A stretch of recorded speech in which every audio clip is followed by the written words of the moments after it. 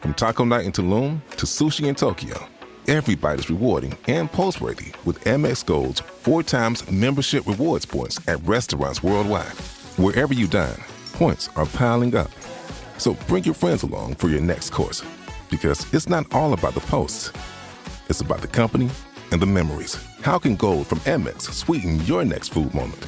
Learn more at americanexpress.com/explore-gold. Terms and points cap apply.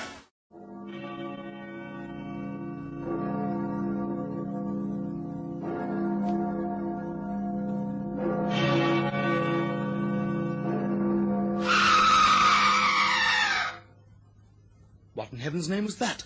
What was what, Mr. Cornish? That scream. It came from the loft. The loft, Mr. Cornish? Now, who would be in the loft while the bells were ringing? I heard a scream, I tell you. Someone's up there. You're just feeling a little overwrought, Mr. Cornish. Now pull on your tenor bell like a good fella. Then you'll hear a sweet, melodious sound. Go on, pull. Nothing happens. Oh, dear, then the stay must have broken. Perhaps that's the sound you heard. It makes a funny noise when a stay breaks. I could have sworn it was a scream. But it wasn't. It couldn't have been. Just your imagination. I'll get someone out to mend the stay in the bell loft. No. I mean, we can't have a stranger here. Not a man from the village. It won't be no one from the village, Mr. Cornish.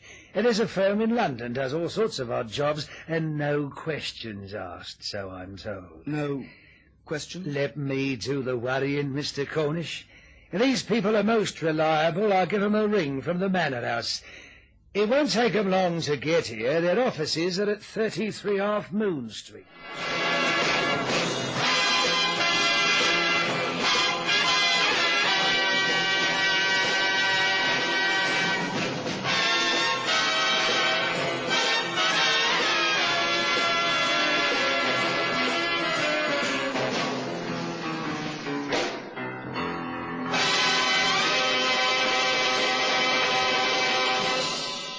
From a country house to the north of London set the wheels in motion. The name of the caller suggested him to be an ecclesiastic, but his intonation belied this calling, and, well, it left me wondering. I couldn't imagine the voice emanating from a pulpit, and yet the man's problem seemed normal for assignments unlimited. The name's Purley, Mr. Mason, Parson Purley. I'm well known in Potter's Bar, and I have a problem with the tenor bell stay in the loft. I don't know if you're acquainted with bell ringing. Not technically, I'm afraid. What exactly is wrong? The stay on the tenor bell is broken. It's really quite easy to replace, but the climb up to it's rather dangerous. I can't get a man from the village, unfortunately. The old hands are too old, and the young ones... Well, I don't have to tell you what the modern-day youth is like, do I? Well, I can't say that I see anything wrong with them. However, if you can't find a local man, you can't, and we'll be pleased to send someone. How do we find you? The job will require 2 men, actually, Mr. Mason. I can explain how they go about replacing the stay in a few minutes, but it will definitely require 2 pairs of hands. And you can't help yourself? My arthritis precludes me from any physical labor, I'm sad to say. All right, then. 2 it is. Where are you ringing from? Well, actually, I'm telephoning from the Squire's house. Cornish Manor House, it's known as. One of the showpieces in this part of the world. I'm very friendly with the Squire. So my men are to report to the Cornish Manor House? No, Mr. Mason. If they could report to the village inn, the Gun and Magpie, it's called. I'll meet them there. The Gun and Magpie. I see. Tell me something. These are church bells you're talking about? What else, Mr. Mason? What else? Yes. Yes, of course. When do you want them down there? This afternoon, if you can manage it. I'll book them into the village inn so they can stay over if they're not finished by this evening. You see, there is some urgency, Mr. Mason. We have a campanology lecture tomorrow evening, and I'd like the tenor bell back working by then. Oh, I understand. Very well. I'll have them report to the Gun and Magpie after lunch. Thank you very much, Mr. Mason. Goodbye to you. Goodbye. Odd-sounding fellow. Who's that, Chief? A man with a bug in his belfry. Don't you mean a bee in his bonnet? I mean exactly what I say, Cannon. Parson Purley. What an odd name. Cannon? Oh, yes, Chief? Do you know anything about ringing church bells? No, but I'm good at fixing alarm clocks. Oh, ask a silly question. There's a man down there. Well, I suppose he's a reverend, really, although he doesn't sound like one. There's a man down in Potter's Bar. A stay has broken on one of his church bells, and he wants 2 men to go down and fix it. Well, I thought the verger always got the lousy jobs. Well, apparently it's dangerous. Oh, I see. He said he can explain how you go about it in a few minutes.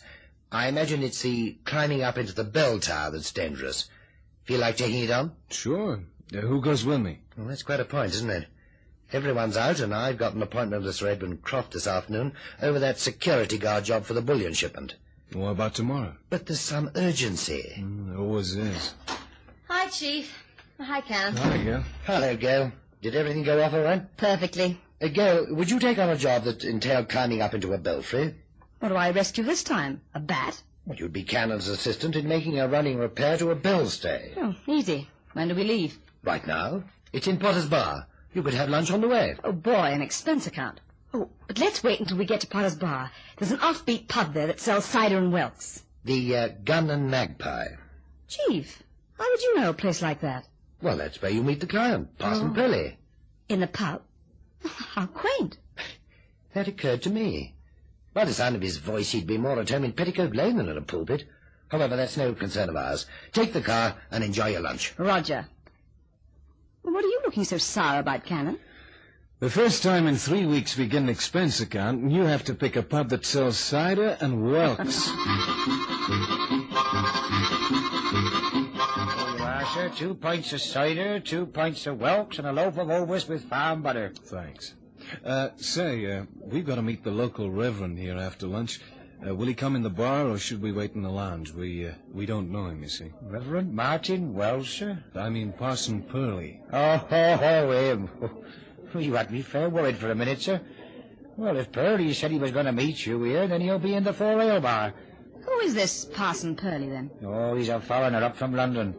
Came here a couple of years ago when the old church was up for sale. He bought it and the 10 acres of land that stands on it. He's a pig farmer, and from what I hear tell, not a very good one. Still, he's always got plenty of ready about him, so maybe he's got private means. Then he's not a parson. Oh, bless you, lady, no. The opposite, I'd say. No, it's a nickname. You know, from him buying the old church. You know how it is. Yeah, well, we came down to mend one of the bells. Oh, them. Drive you balmy, it would. There's folks who'd like to have seen him taken out before the sale, but, well, there they are, and well, they are his property, so he can do what he likes with them, I suppose, can he? You mean he still rings them? Yeah, every full moon. Clanging away like the marker boys at Southend. There's plenty who thinks he's got a screw loose. One thing, though, he don't get no pinching on his place. The locals reckon the place is haunted. And what the Reverend Wells has to say about him don't help much either. Well, now I know why the verger didn't risk his neck. Hold it, Bitterary! Excuse me, ladies, sir. All right, Ted, I'm coming. Well, what do you know? The chief's got second sight. A deserted church, haunted at full moon. If you're trying to get a rise out of me, Cannon, you're wasting your time. We mend the bell in the daylight. With any luck this afternoon. Excuse me. The barman said that you're the man from London who's come to fix my tenor bell. I'm Purley. Oh, hi, Mr. Purley. Mr. Purley? Well, the bartender said the parson was only a nickname, and we're taught to be polite. The barman's a fool. However, let's not dwell on it. Didn't the other man come with you? I distinctly told Mr. Mason that the task would require 2 pairs of hands. Well, meet my assistant, Parson Purley, Gail Hamilton, assignments unlimited. A woman? Don't worry about her, Mr. Purley. She's as good as any 2 ordinary men. It's not that, it's... how are your nerves, miss? Like Toledo steel. She can climb anywhere and has a head for heights. Oh, I see. Well, Mr... Cannon. We have a society in Potter's Bar. It's a private society, and the details don't really matter. Suffice to say that I'm the head of this society, and the name Parson is not altogether an irreverent nickname. I did hope to have the tenor bell repaired this afternoon, but at a hastily convened meeting it was decided that no work could be carried out in the old church in daylight. Oh, I see. High jinks under the high moon. That was not terribly funny. Oh, don't worry about me, Parson. I'm the fifth wheel to the wagon. Whatever you want, we'll do it. Anywhere, anytime, remember? It was because you have to work at night that I was thinking about the young lady. There are certain scurrilous rumours about the old rectory. The locals in Potter's Bar are notorious gossips. And they say the joint is haunted. Gail here will take it all in the right spirit. That's right. Oh, then if I may be permitted to show you the ropes... Yes, show you the ropes, both literally and metaphorically. You see, it's in the ropes that the danger lies. If you don't do it right, you can hang yourself better than the public executioner could.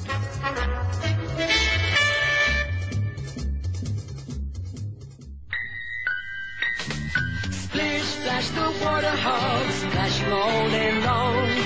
Using up the water, it's too late when it's gone. If you want to help them, this is what to do. Make sure the water hog is never, never you. Just make sure the water hog is never, ever you.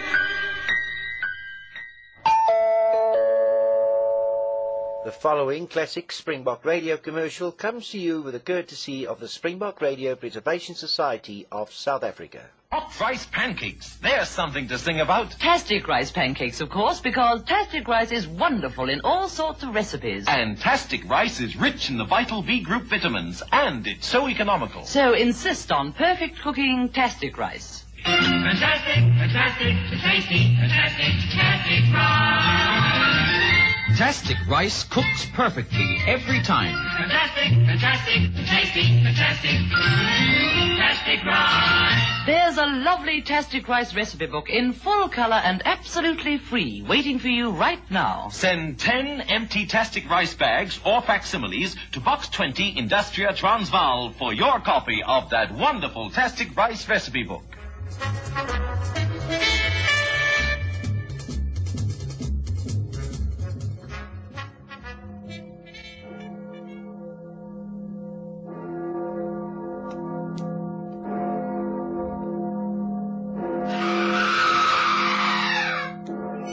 At that moment, as Cannon and Gail Hamilton talked with the shifty-eyed Parson Purley and the gun and magpie, they had no knowledge of the desperate cries wrung from the lips of some unknown sufferer in the bell tower.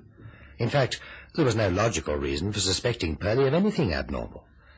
Cannon, however, is a cautious operator, no doubt engendered by years of volcano-lip living, and so it was that he and Gail proceeded to the old church after dark with not a little trepidation.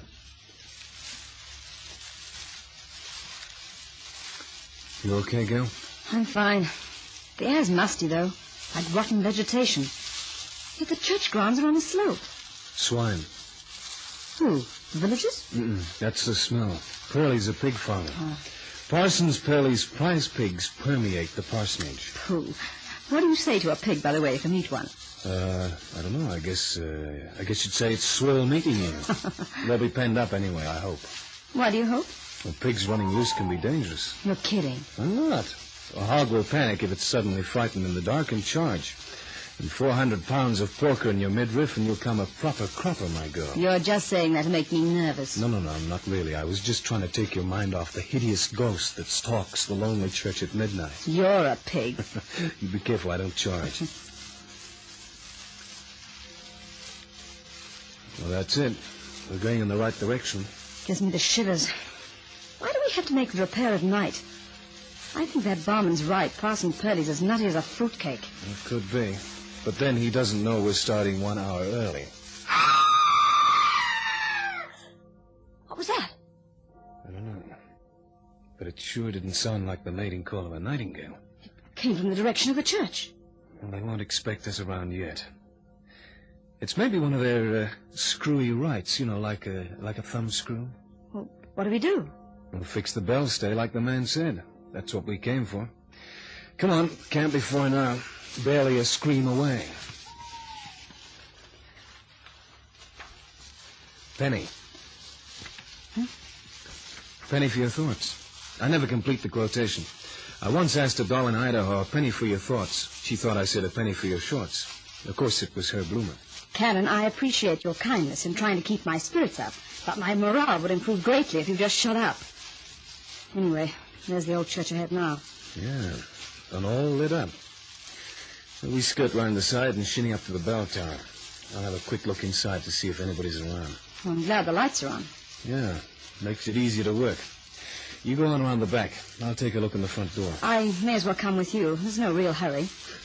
But why don't you admit that you're scared to blazes over that two-headed ghost? I am not scared. Okay. Go look in the window. You see anything? Not a soul. Okay. Come on, let's go up. There's some iron staples in the wall here someplace. They lead right up to the loft. Saves us going via the ringing platform, and it's safer. Why, safer? Well, you heard what the parson said. If you catch your head in one of those ropes, it'll hang you quicker than the executioner. Oh, here we are. Here are the staples. Okay, Gail, honey, let's climb. Come on. Up. Just mind I don't tread on your fingers, huh? Come on, it's not much further. Nearly there. Yeah, that's me. Now you come up. Go on. Thanks. Yeah. Oh. There, you see that little one that's tilted nearly upside down? Well, that's where the stay's broken. Well, it's easy. Shouldn't take more than an hour. From the parson's explanation, I don't see how it works. That's because you have no mechanical mind. You see, the ropes down below on the platform are each attached to a bell. The rope is pulled until the bell is in an upright position. Then a light pull, and the bell swings down and rings. Those oak staves at the top of the circle are the stays. If they weren't there, the bell would swing right over in a full circle. The one on the tenor bell is broken, as you can see. That's why the bell's tilted at a crazy angle. I see. But the big bells only clear the floor by a couple of feet. Well, if anyone started ringing right now... Well, go on, say it. The bell would crush you to pulp. But we're safe. There's nobody here. We didn't look down on the ringing platform. Well, suppose you look down. Yeah, through that hole in the floor. I'll get the tackle ready to move the tenor bell. All right.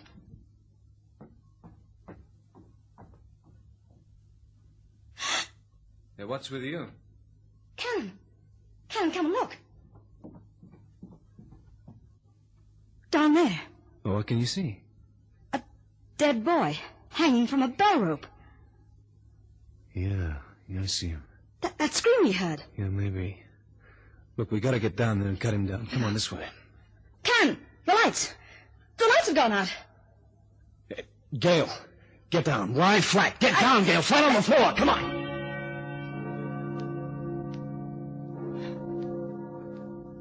Look, if you keep flat, you'll be all right. Who's ringing them? There's nobody there except a dead boy hanging from a rope. Look, I'm going to crawl over to the center hole. You stay here and keep flat. If you try and stand, you'll distribute your brains around the bell tower. What are you going to do? It can only be a ghost, and I brought my ghost cure outfit. Now, you stay where you are.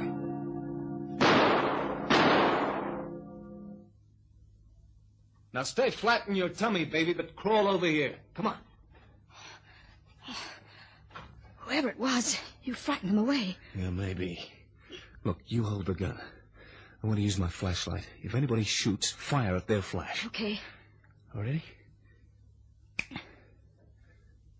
Nobody. Not a sign of anybody the bird's flown. Cannon! The body, it's gone.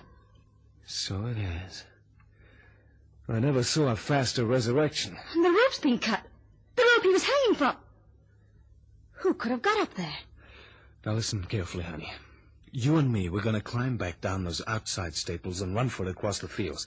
I want you to play act that you're awful scared, okay? Who says I need to play act? My knees are knocking anyway. Yeah, well, with the price of nylons today, that's vandalism. Come on, let's go. All right. Now, don't fall whatever you do. You okay? Yeah, fine. We're nearly done.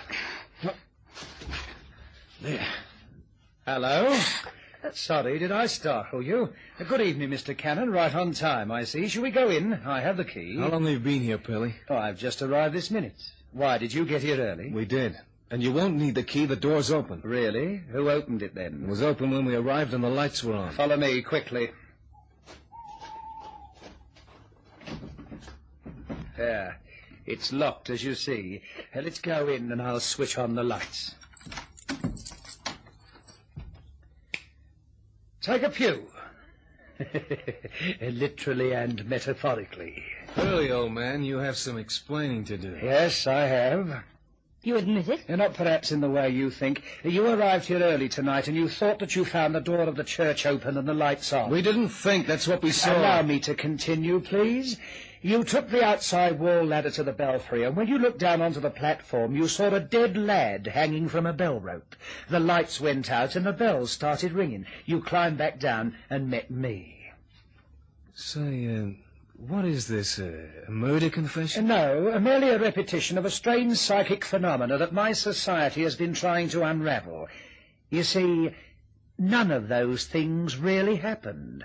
You imagined the whole thing. Yeah, you go tell that to the ghost squad. I see you're not convinced. Very well. Shall we climb up to the platform and cut the poor lad down? Somebody has done that already.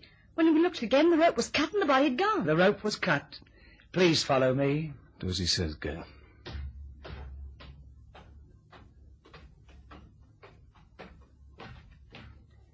Well, here we are. Now, Miss Hamilton, which rope was cut? Cannon, it's all in one piece again. I know it's frightening, but no harm can come to you. It's a sad tale. The boy who was accidentally hanged by the bell rope. You mean there was a boy hanging there? Yes, a tragedy. But it happened nearly 100 years ago. Now, if I stay with you, do you think you might mend the stay? Sure, but that only requires one man to fix it. While I'm up there, Gail stays down here with a gun. A gun, Mr. Cannon? Yeah. You see, I'm allergic to bats. Do you think we should tell the chief about the psychic phenomenon, Cannon? Sure, but only after we've laid that pesky poltergeist. Laid the ghost? You think we're going back to London? Well, we're not. This road leads around the back of that old church, and we're paying the phony parson a fleeting visit. But why? Mainly because I think all that psychic phenomenon is bunk. Then again, it's maybe I don't like some cheap chiseler trying to murder me. And don't give me all this, all in the mind jazz. If we'd been 10 seconds longer dropping to the floor, Mr. Aubrey Mason would be advertising for 2 new operators.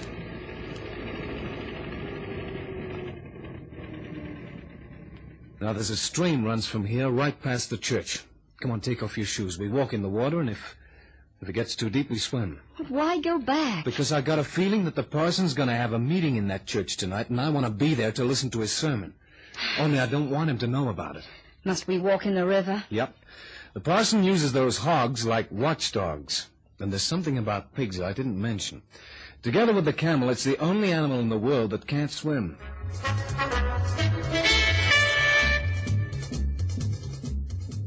Parson, I didn't mean to kill him. It must have been an accident. Of course it was an accident, my dear Timothy. Pardon me for using your Christian name, Mr. Cornish, but we've become very close over the past few days, and you can treat me as a true friend. Will the police believe it was an accident? And you, a wizard of the black magic circle, Mr. Cornish?